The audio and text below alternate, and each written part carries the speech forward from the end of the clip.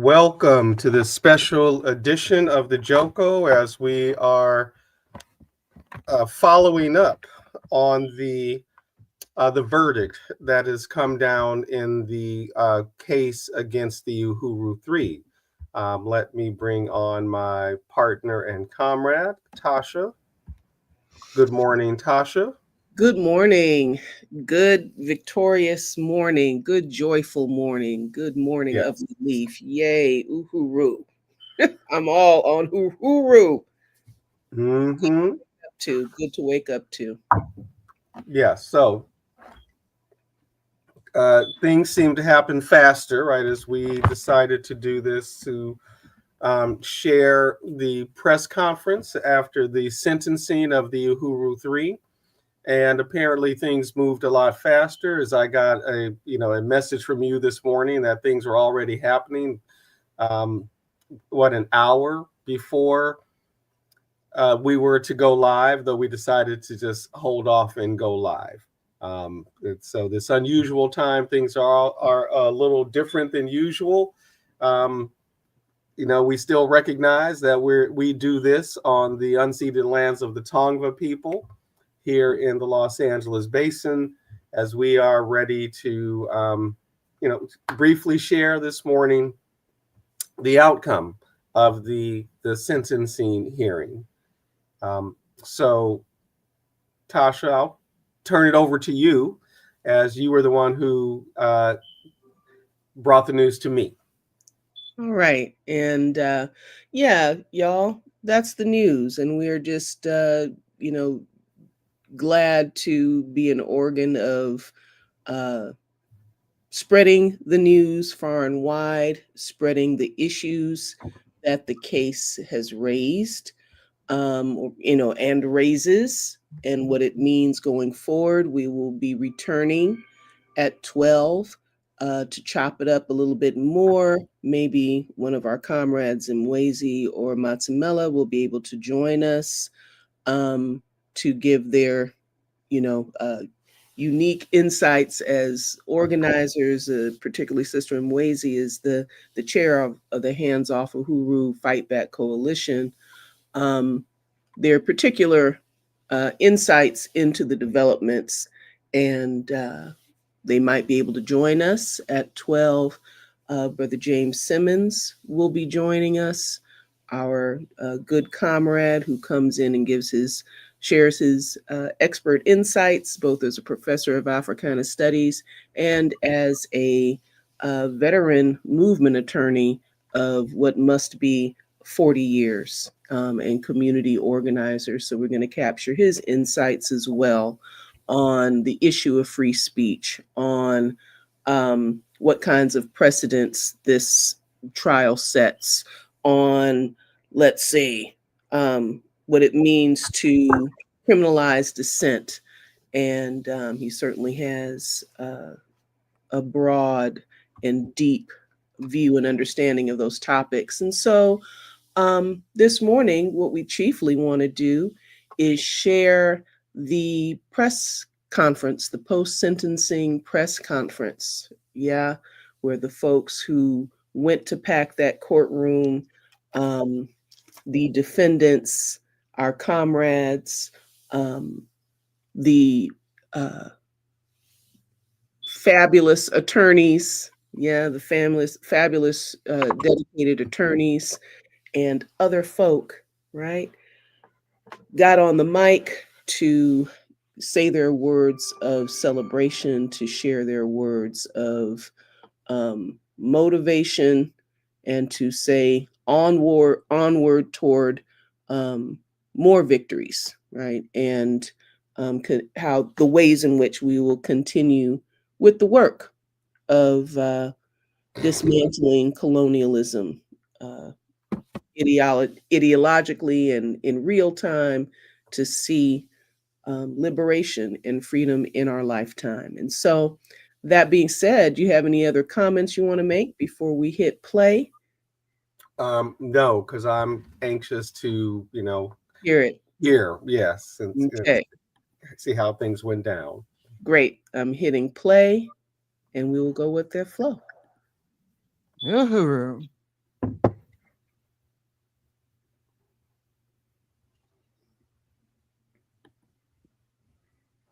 Sister Mariah narrated the live broadcast this morning.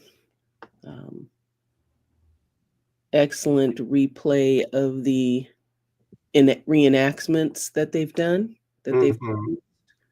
which are excellent, and we'll definitely provide those links this afternoon. And of course, all of that is available at Burning Spear TV on YouTube. And you were saying that this early part of the video is without sound. Yeah, they haven't gotten to the sound yet. It'll take them a couple of seconds to kind of get set up. Is that the chairman up there holding forth? Fist in the air?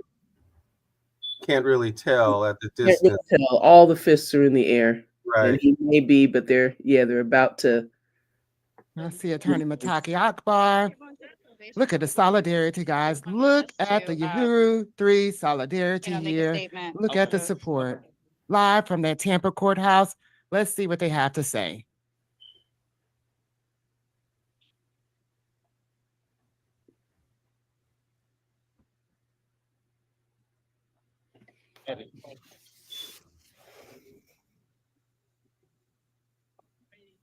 I believe that's Sister Belinda that just went up the stairs in those white boots. Yes. Kind of silent. Okay. Yes. She was silent in her rust outfit. People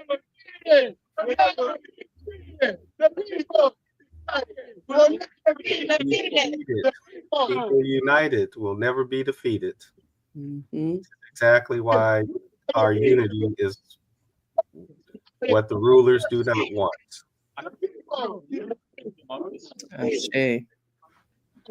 And this breakup was happening at the live broadcast, so it's not our connection. Yeah, the Tampa courthouse might have some Wi-Fi issues. Uhuru, everyone. My name is Jaina Bulamumba. I'm the Southern Regional Representative for the African People's Socialist Party, as well as the granddaughter of Chairman Amalia Shatella. And I'm happy to report that in the case of the Uhuru 3, that Chairman Amalia Shatella, Chair Jesse Neville, and Chairwoman Penny Hess have not been sentenced to 1 day in prison.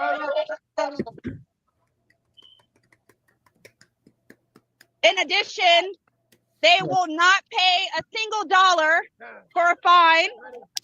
Yes.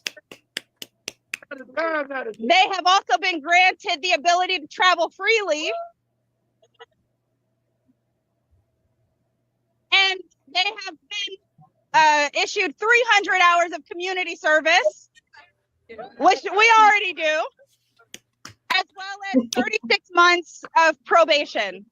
Okay. So we are, as we wait for them to be released from the probation office, we are happy to say that from day one, the FBI conducted violent multi-city military raids on 7 Uhuru Movement homes and offices.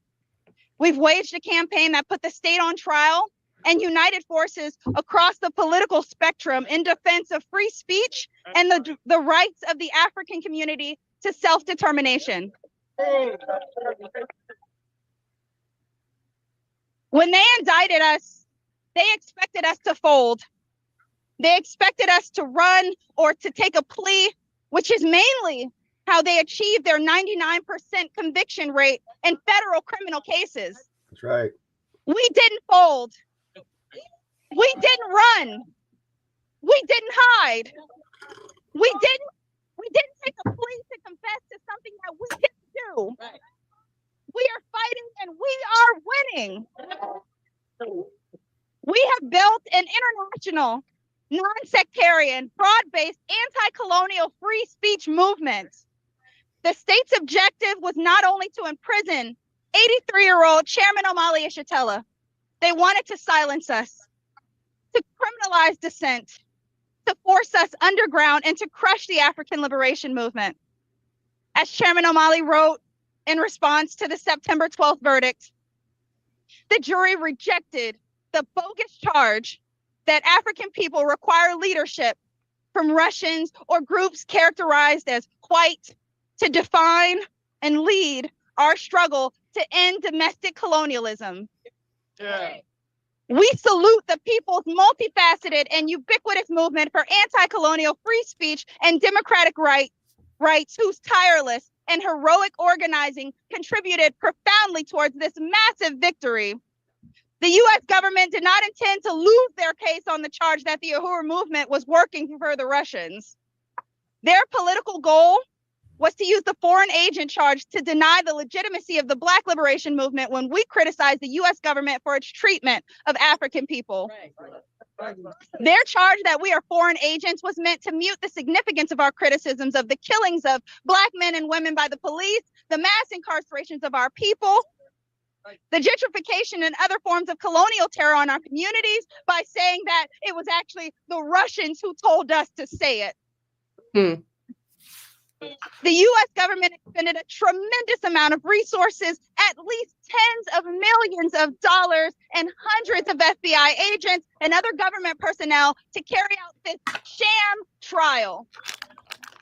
They stole from our properties at least 13 terabytes of data, the equivalent of 2.5 million books worth of information. They put 14 witnesses on the stand to present their so-called evidence, all of them FBI agents, except for 2 academic hacks who admitted they knew nothing about our case. Under cross-examination, one FBI agent after another was forced to admit that there was no evidence that we ever agreed to work under the direction or control of Russia. The lead investigator from the FBI even had to admit under oath that the FBI and the DOJ knowingly lied to the people when they indicted us for, quote, election interference, unquote, despite the fact that not a shred of evidence of anything was of the sort was ever identified. The jury saw right through it and was able to declare that the African People's Socialist Party and Chairman Omali Yeshitela have never worked for the Russians. We have always worked for Black people. This was a political trial. The colonial states' failed efforts to convince the jury that we are foreign agents was part of a larger political goal to forever discredit speech by Black people and other colonized people against our oppression at the hands of the U.S. government. The U.S. government told the jury that when we demanded reparations to our people, it was the Russians who told us to do that. The jury said no. They told the jury, oh, here's the chairman. Here we go. Here we go. Here he is right here. Chairman Omali Yeshitela of the federal courthouse.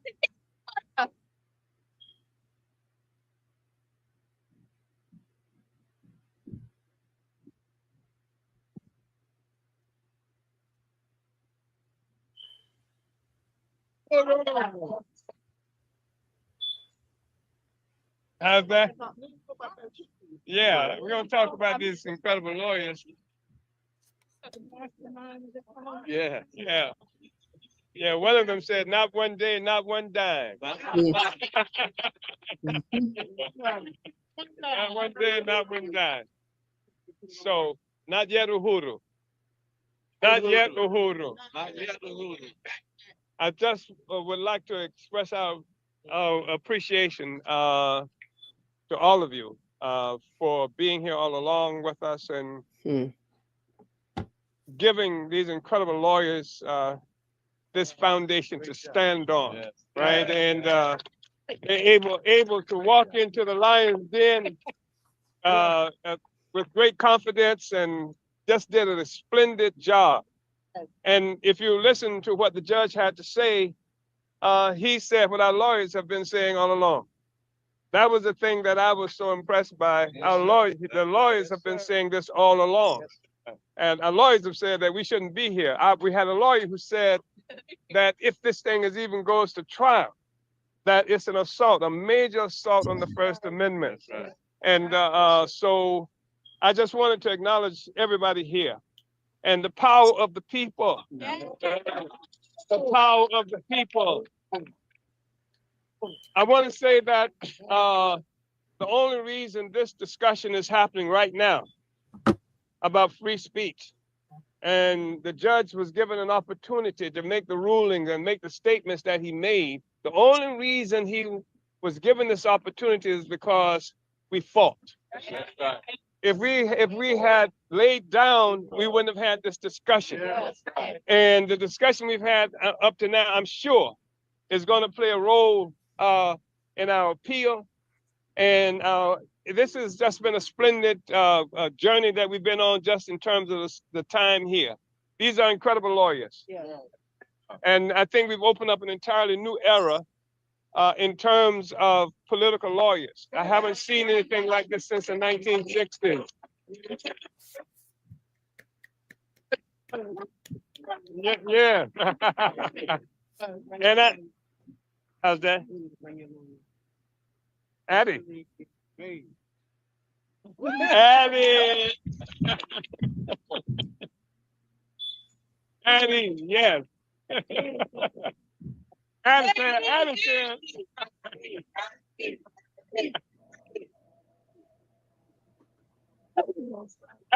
Addie said, I object. I object. I object. I don't know if she knew any other words. I wanted to be on the record. I object, I object, I object. That was splendid, right? And then we had the remarkable Angela, who was back in the background most of the time. We didn't see it, but we knew she was there just based on the work she was doing. The work she was doing with Leonard Goodman.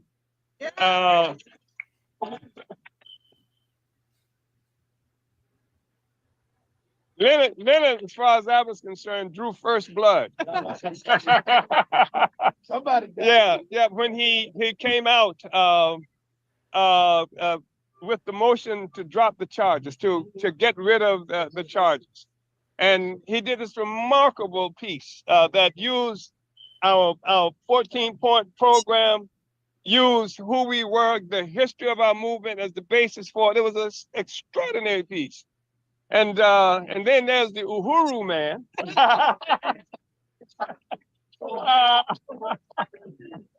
Yes. Yeah. I don't know if everybody, well, many of you won't know who Naim Akbar is. Okay. Yeah, that's his daddy. And I'm sure his daddy is quite pleased with him, for this incredible job that he's done. That's right. We go into a courtroom and we have these lawyers who go up and their opening statements and say, Uhuru. Say, can you repeat that? Uhuru. Uhuru. And then it says means freedom. It said means freedom of speech, freedom of association, etc. We have a lawyer that we don't hide from anything. We have a lawyer that says that Omali Ishatella cannot be bought. He's a revolutionary. He's a revolutionary. Right? This went down in the courtroom. And I am. And this is the basis for the attack and we made a concrete manifestation, not just a revolutionary in words, not just bullet mouthing, not just, blowing smoke, but actually creating a new world right now. This is the thing that's so problematic because we don't just dislike the world we live in. We're not just talking about destroying something. Our objective is to build the new world right under their feet. Build a new world, and that's what we've been doing, etc. And this is the task that we've taken on. And Leonard, this guy likes writing these incredible briefs. Leonard, I'll write that. It's been really remarkable. And of course, all of you, we couldn't have come this far without you. And I have so much appreciation. We've got people come from everywhere, across all kinds of political and ideological spectrums. Some people fought us because of some people who were with us. You have those people with you. We don't want to be with you. Said bye. You understand? And we crossed the political spectrum. This is not playing games and what have you. Not just talking about stuff. And I'm so proud of that. I'm so proud of everybody who's been with us. This we're on trial because we allegedly, where we're on trial, the Russians are the ones who put us in motion. Come here. Come here. Come here. Come here. Come here. Come here. Come here. This is Fred Hampton Jr. The FBI killed the FBI and the Chicago Police Department killed his daddy at 4 o'clock in the morning on Western Monroe, right there. And his mama was something like 8 months pregnant and she was in the bed with his daddy. And so the Russians. The Russians. So it's incredible. Where is she? Where's Pam? Right there. Yeah, Pam Africa. Yeah. The Russians, Pam Africa. Pam Africa with the MOVE organization. That where the FBI, where the police department got a C-grade, military grade explosion and got a helicopter and dropped it, a bomb. Dropped a bomb on their house, killing 11 children, men and women, and destroying an entire African community and letting it burn while it happened. The Russians have to tell me, we're not instructed by the Russians, we're instructed by our history. Our history. So this is the kind of thing that we're talking about. And also, Penelope. Penny. I nicknamed her.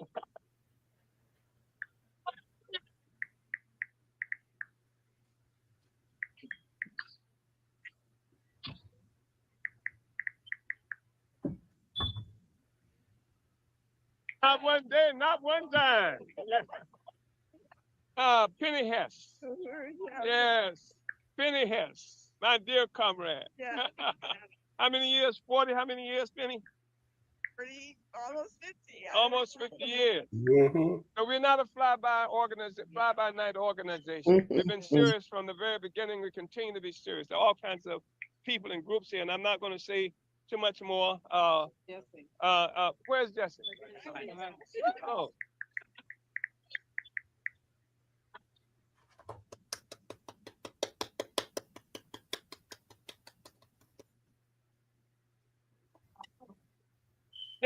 Jesse is an incredible organizer. He was 27, I think he was, when I met him, he was 27. Were you 27? I was 19, actually. I can be at 83. I can be forgiven. Yeah, just an incredible young man, incredible organizer. Yeah. He has put us in 140 cities. White people working under our leadership in 140 cities in this country. And the Russians, and these are white people who are talking about genocide against African people, talking about reparations for African people. Some people think they know about reparations, and they would have their gall in this building to say that the Russians put us on a reparation trajectory. We organized the first tribunal for reparations in this country in 1983 in Brooklyn, New York. And it was based on international law, including the Genocide Convention. That's what makes it so ridiculous, right? Then we got, it's just an incredible group of forces. And I'm going to stop calling names because I'm already in trouble. Yeah. Africa will be free. Yes. That's what we're working on. That's why we also exist in, I don't know how many countries in Africa now, they call them countries. But we're in South Africa, we're in Namibia, we're in Sierra Leone, we're in Liberia, we are in Kenya. We are throughout the continent of Africa. That's who we are, and Europe. And yeah, so we don't just talk about how AFRICOM, must go. We're organizing on the ground in all of these places, and that's another problem that we have too. So, Penny, Uhuru, incredible victory today. I want to salute my leadership, Chairman Omali Yeshitela, Chairman Yeshitela, and the African Revolution.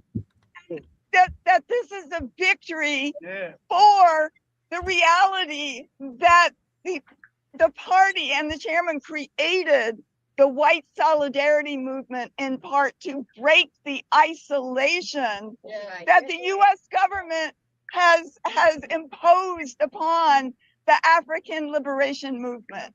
That APSC was created to be a front. We are not allies. We are not support in that way. We are part of the strategy of the African People's Socialist Party to go into the white community and to win reparations, because when we tell the truth about this country in the past and now, we know that it can't be denied that the US and this system was built on the enslavement of African people.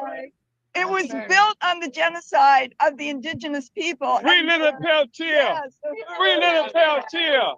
Yes. Yeah. This is a powerful victory. Yes, free Leonard Peltier, free the indigenous people. This is still their land. And that if white people want to join the future, we need to be under the leadership of those who have been oppressed and colonized for hundreds of years for our benefit. And this is a powerful victory. The chairman has won every victory, every fight. I am so honored to be on the side of history. We are winning. We are winning. We are winning. We're winning. And so to all of the supporters, wow. It is so moving. This is so moving. Thank you. Our attorneys were amazing. Our comrades. Yes. Our attorneys are comrades. Yes, indeed. So Uhuru, Yes. Leonard, and Angela, who I had the honor in particular of working with, but it was a whole team.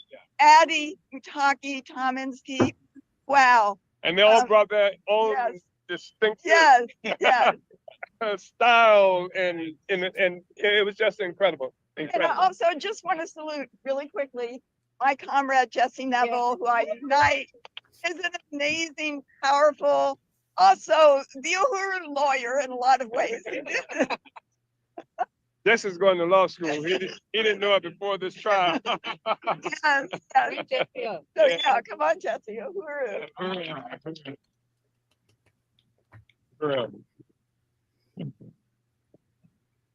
Uhuru! Not one day, not one dime, not one dime. 28 months. 28 months and 2 weeks ago, July 29th, 2022, the U.S. government came to the homes of Chairman Omali Yeshitela, Deputy Chair Ona Zanea Yeshitela, Chairwoman Penny Hess, myself, my wife, Amanda, my comrade who's here, Kitty Riley, the Uhuru House in St. Petersburg, Florida, the Uhuru Solidarity Center in St. Louis. They came with hundreds of agents. Yes. How much money was spent that day alone carrying out that military operation against the Uhuru movement? Handcuffed Chairman Omali Yeshitela and Deputy Chair at gunpoint for hours. And 9 months later, you have the indictment. You have hundreds of FBI agents working on this case. You have the National Security Division of the Justice Department coordinating the prosecution. You have an untold amount of resources and focus that the U.S. government tried to bring down against the movement of African people for liberation, and they got their asses handed to them.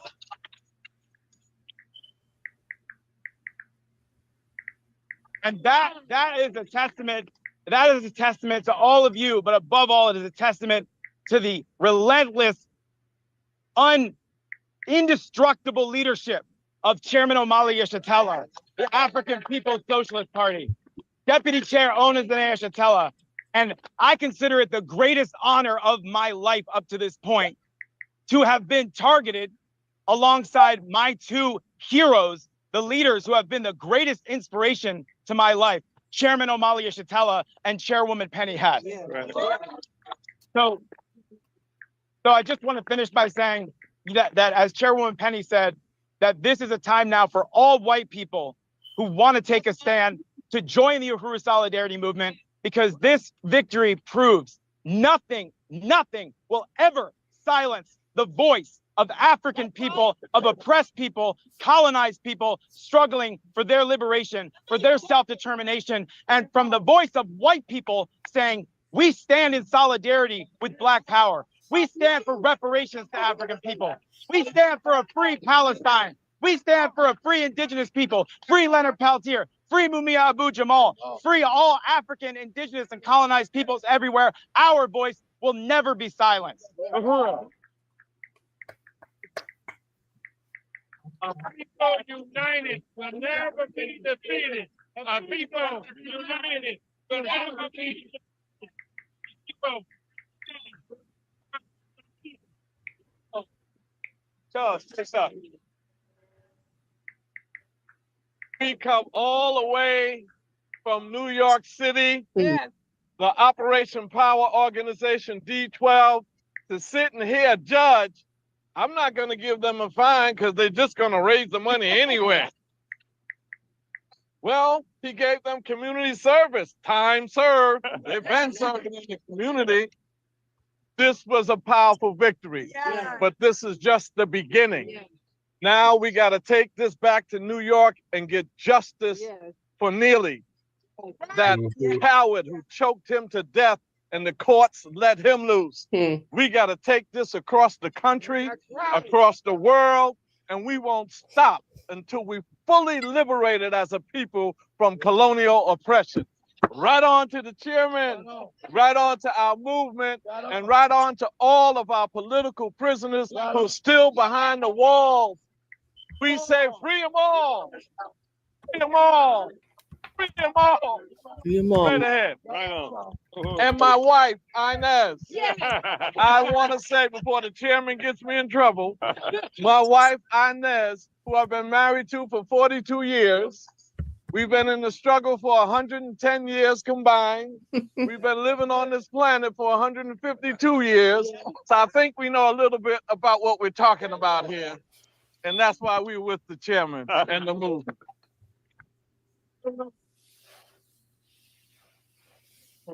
Yeah. Yeah, sweet. Yes.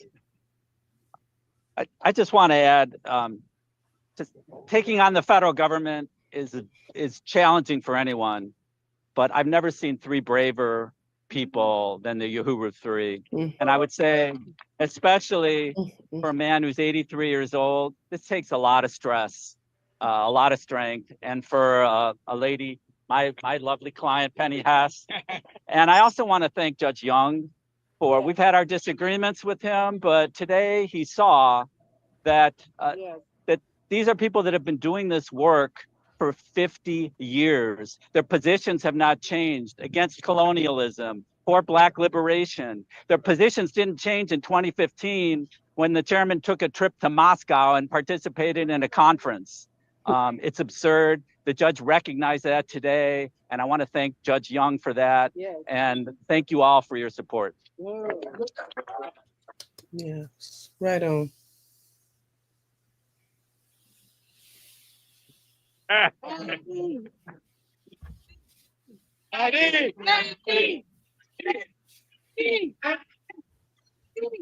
Slow down, Andy. All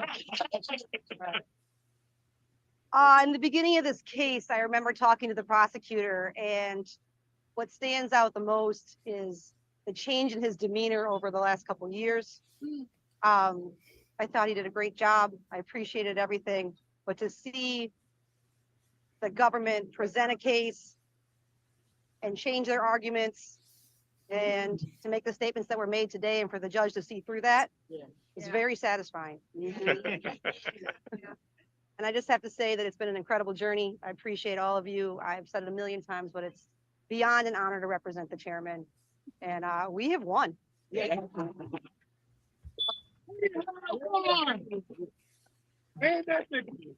It's not too much to add. I just want to say, like Lynn said, and like we already said, fighting the federal government is a difficult job.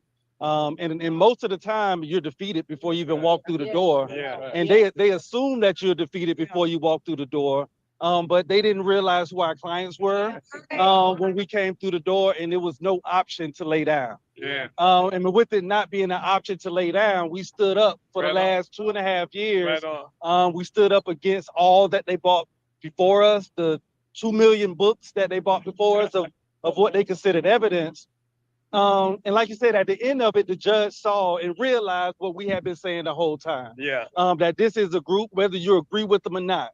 One of the things that we can say about this country that we live in is that you do have the freedom to say whatever it is that you want, as long as it doesn't cross over certain thresholds. And that's what we were trying to say. We're not asking anybody to agree with the movement or to agree with reparations or to agree with the petition, but agree that we have the right to say what we have to say.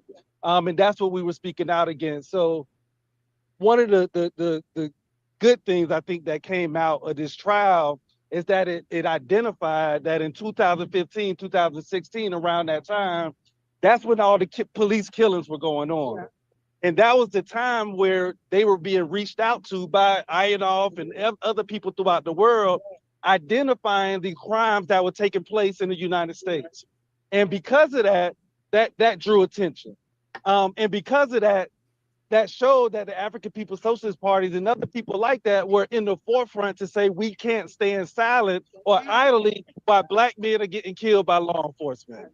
And because of that drew attention to what they were doing. But it wasn't just the protest, it wasn't just the talk. It was that we're going to build up as a result of this. And building up as a result of this, we're moving into St. Louis, right down the street from where the brother was killed by law enforcement, and we're going to build that community so things like that won't happen. So this was not just a moment in history. It's a movement in history. And with it being a movement in history, one thing that we can't allow, and I think this is another lesson that we learned, is that we can't let the movement die or fall down because of 2 people or 3 people, that we have to keep the movement going. Because if we don't keep the movement going, then anything can happen. We could be trampled on in any kind of way. So we have to be sure that we take the lesson from this, is that we have to have a succession plan. We have to continue the movement. We have to continue moving up, and we have to continue building our communities in a strong way and not be fearful to do it. So, Uhuru.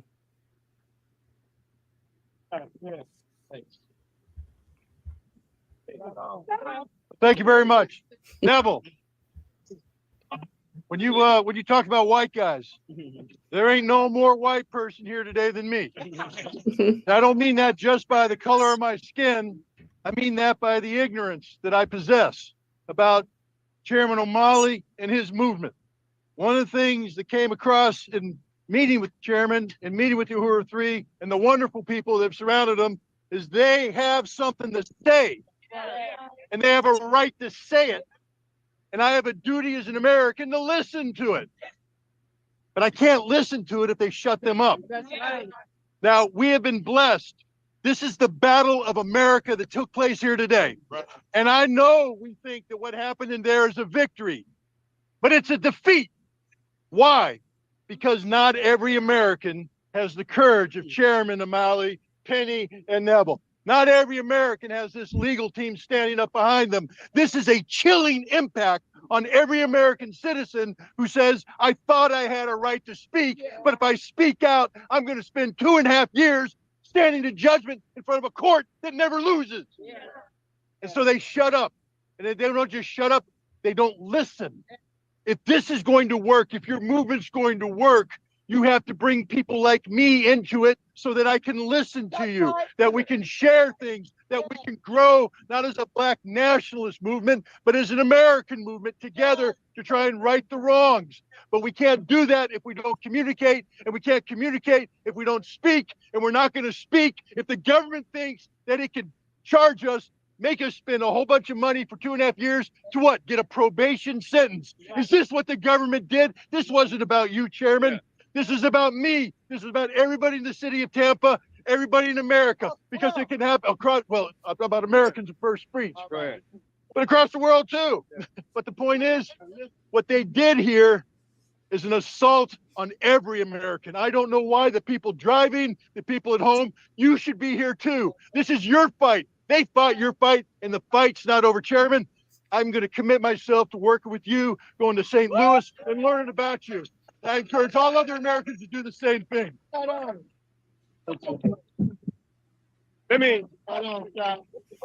just wanted to say before I met this guy in person, I was reading about him and said, who is this guy? I sound like Pam now. Because he was a weapons inspector. And when the U.S. was claiming there were these weapons of mass destruction in Iraq, and they used, what's the Negro's name? Colin Powell as their mouthpiece to make that point. And I kept reading about this guy who was saying, there are no weapons of mass destruction. We haven't seen any weapons of mass destruction. And that was, his name was Scott Ritter. I remembered that name because it was such an outstanding stance that he took. And that was, and he, and they, the people who were writing about him were incensed that he disagreed about the presence of weapons of mass destruction. And that's part of what we talk about in terms of freedom of speech. I mean, I was able to get that information, that stance that he took. And so before even meeting him, I appreciated him. And so he's here now. And as he says, he is a patriot, a bona fide white guy, and all of this. And we forgive him.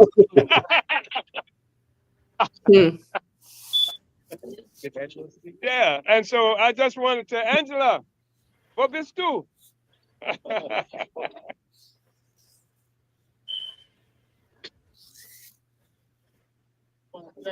Angela, not one day, not one time. Well, I'd like to thank everyone.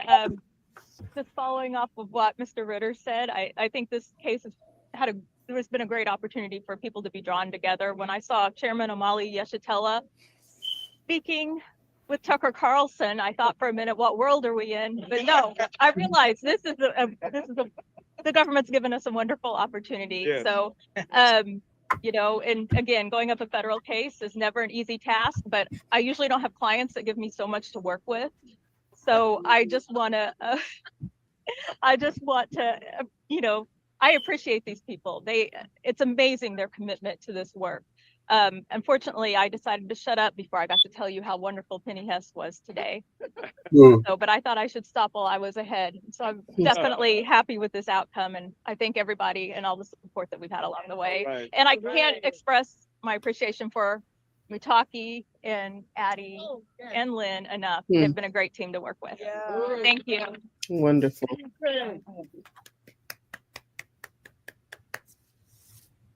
From the Louvre. Dr. Rudy. Yes. As mentioned by Chairman, I'm from St. Louis, and I got an opportunity to meet the chairman at the height of the Ferguson uprising. Yeah. And his brilliant leadership in terms of, first of all, remembering calling for a black grand jury as relates to the killer cop named Darren Wilson. Yeah. And from what I understand, murder is ongoing, right? Yeah. So we still got to arrest Darren Wilson, the killer cop of Michael Brown Jr. But also, I just want to remind the chairman that upon him being charged, I whispered into his ear because he was 80 years old.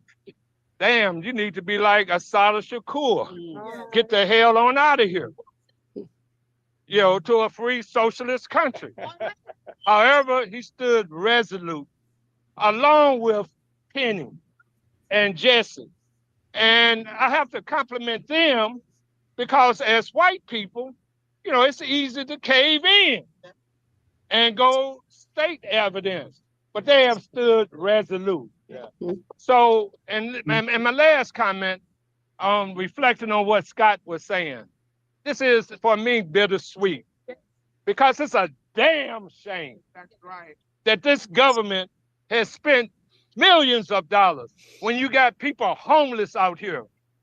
It's a damn shame. And so this government, they need to be investigated. The FBI, who issued the order to charge them, they need to be up in the court rather than the Uhuru 3. So last but not least, their victory is a reflection of a people united will never be defeated. Right. So our task ahead is continual organization, so that our people can be liberated, not only in this country, but throughout the world. Stay strong. Comrade Afia Mwangaza from the Student Nonviolent Coordinating Committee. That's right. Black power. All power to the people. We have consistently claimed the victory throughout this struggle. Yeah. And the important point that this trial represents is the closing of the gap between the defeat of the human rights struggle of the 60s and the attempt and the struggle to revive it today. So today it has been revived. Today we understand not only do we have the ability and the right, but we have the duty to stand up. Yes. And that these lawyers have revived the militant tradition of lawyering for the people, not as leaders, but as technicians in service to the people. We applaud you. Thank you. Thank you. Thank you.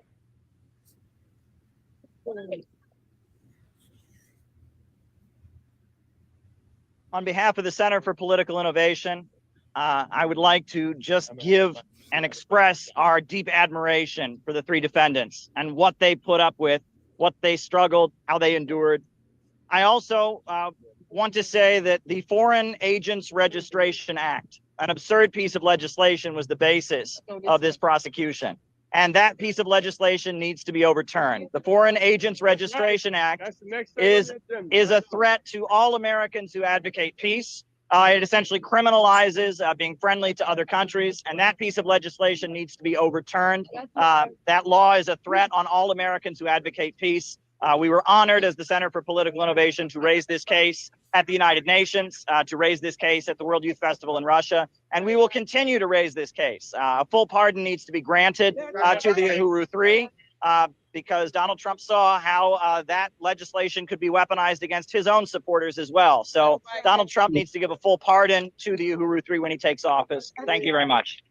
Yeah.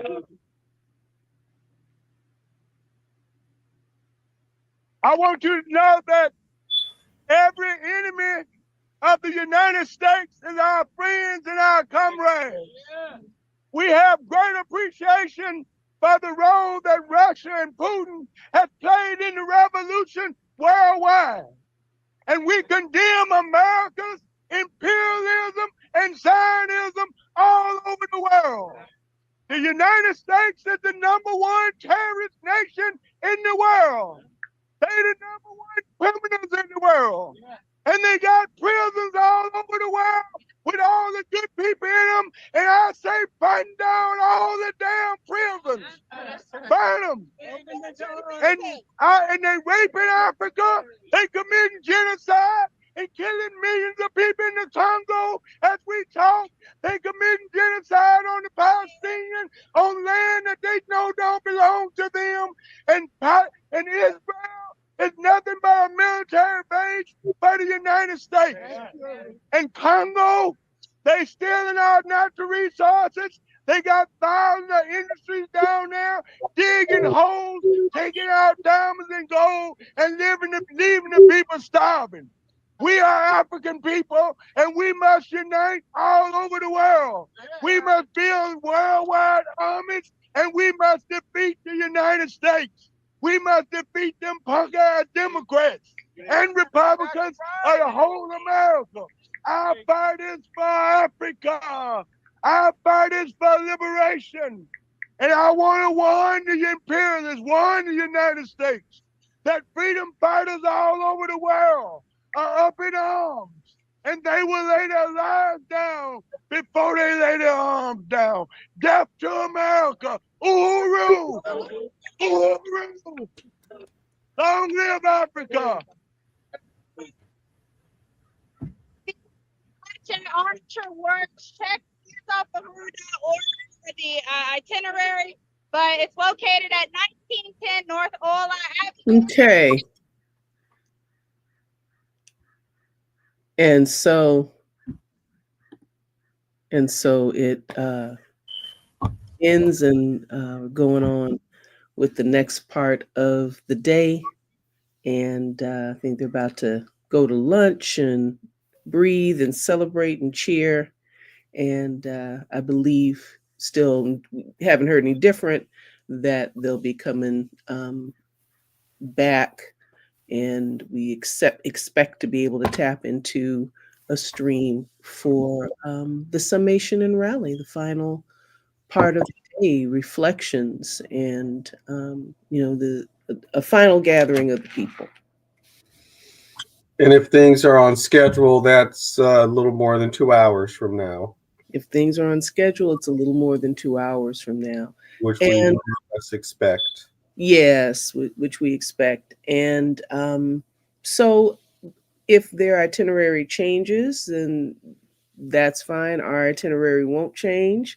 We'll be back at 12 to chop it up a little more on this this pivotal case, this pivotal moment, and this work, and what has now become this incredible campaign and concept, anti-colonial free speech, as a movement. So, Uhuru. Say Uhuru. This was it was, as folks at the press conference said, a victory and real lesson, I think, in organizing, and something that our guest for later in the day, James, always points out. The U.S. state is not omnipotent or all knowing, right? And they take losses too. It doesn't always seem like it, but they take losses too. And this was certainly a loss for them. An ill-conceived case to begin with, and apparently to drum up support for or silence voices. I think specifically speaking to Black folks in this country, not to go against the current administration's policy in Ukraine, and attempts to continue encircling Russia.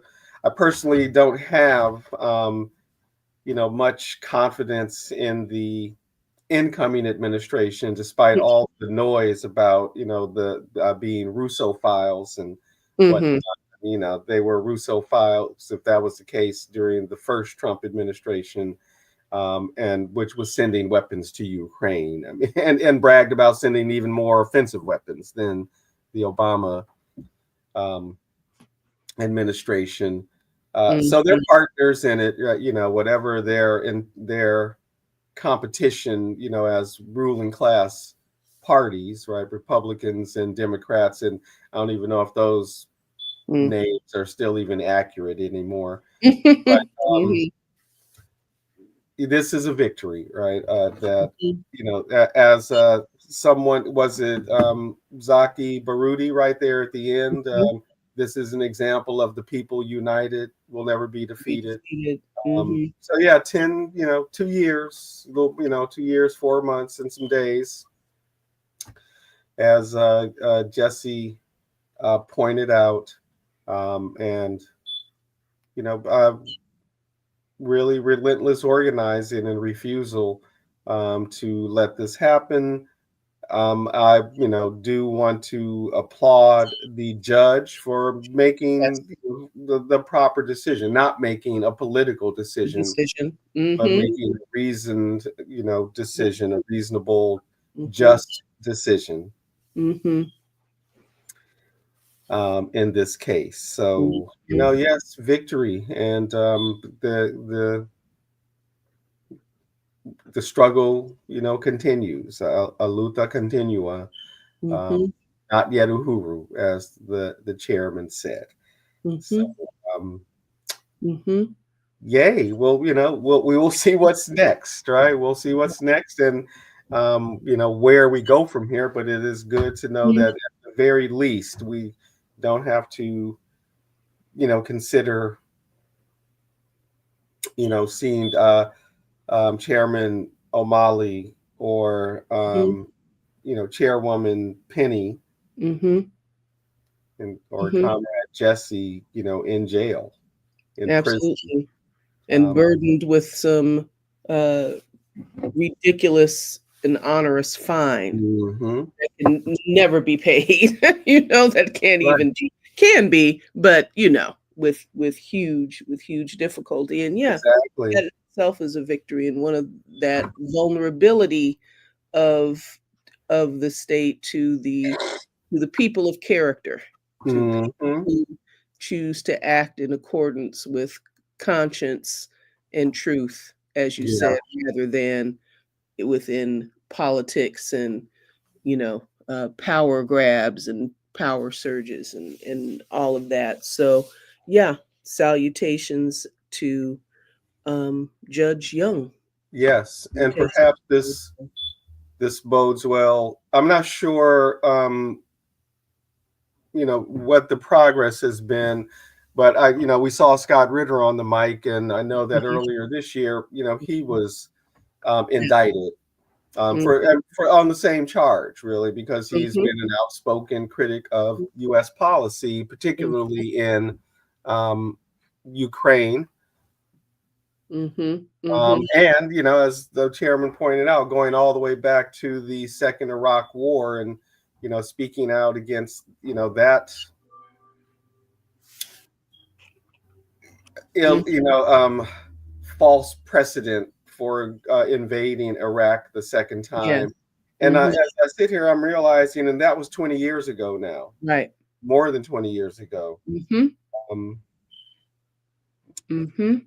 so yeah, I don't know if the charges against Scott Ritter have already been dropped or not, but this has to bode, if they haven't, this has to bode well for him. They've set a precedent, Yeah. right, in this Yeah. case.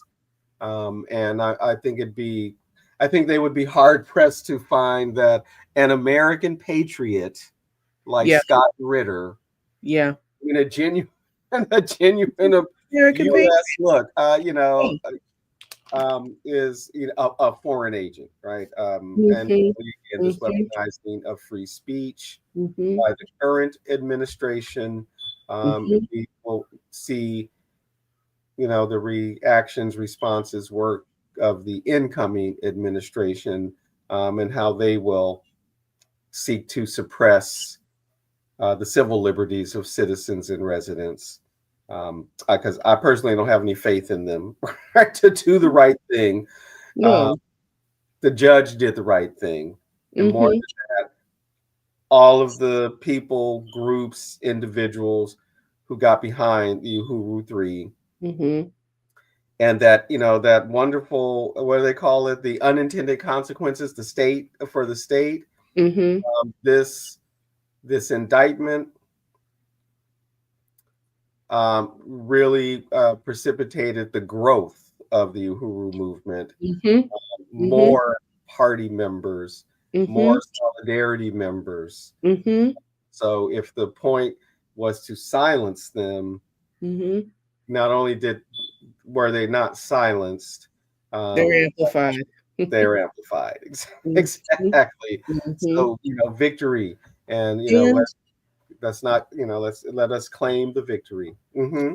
yes, and the looking again at Scott Ritter, at a Scott Ritter, as an example, and a Tucker Carlson as an example, and other folk who are, interested in the free speech uh, principles that the country is supposed to uphold and uplift.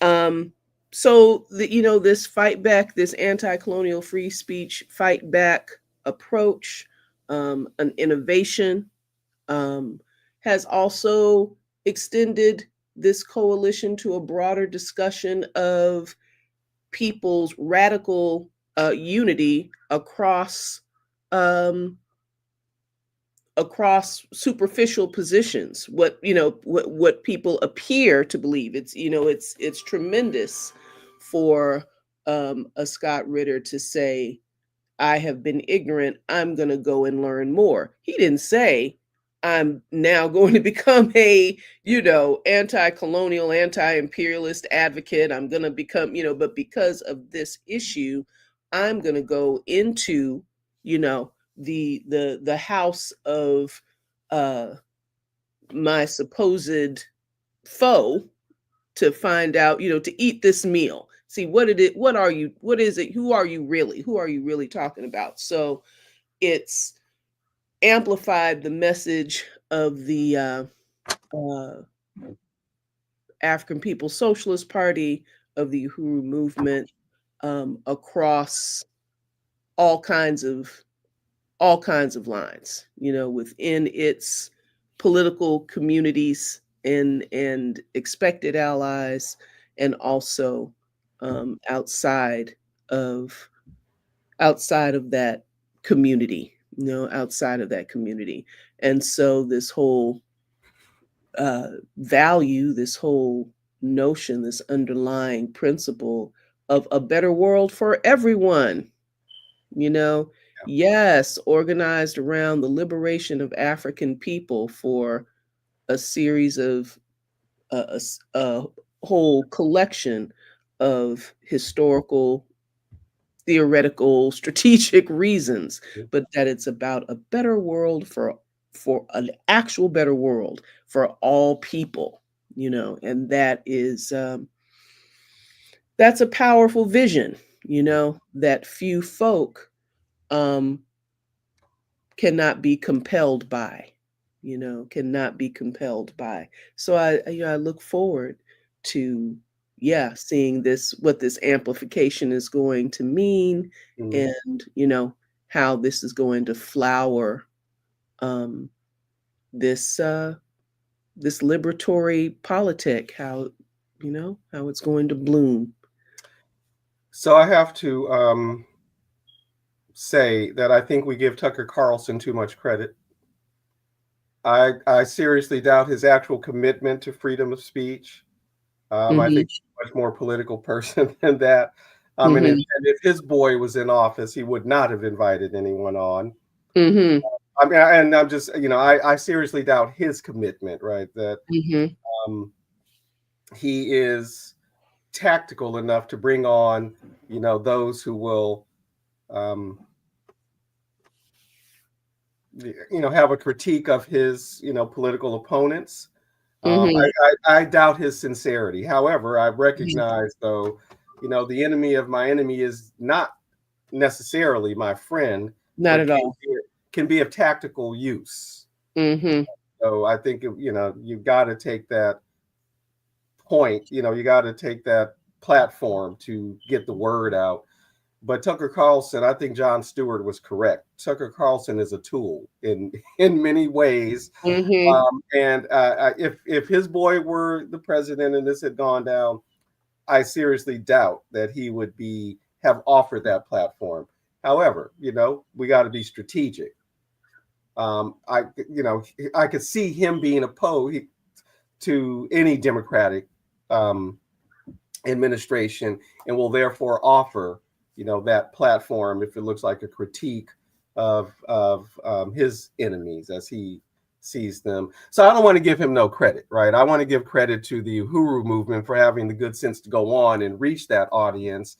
Although I also believe all that audience heard was boo to the Democrat, right? And not necessarily anything else that mattered. But we take the ground where we get the ground. So, but I don't want to give that dude credit. He don't belong in the same sentence as Scott Ritter, as far as I'm concerned. And I just wanted to, be on record saying that about Tucker Carlson, who I think is a weasel, to put it politely. So I don't have anything else to say. After that, yes. Again, props to the movement for, seizing the ground when it was offered.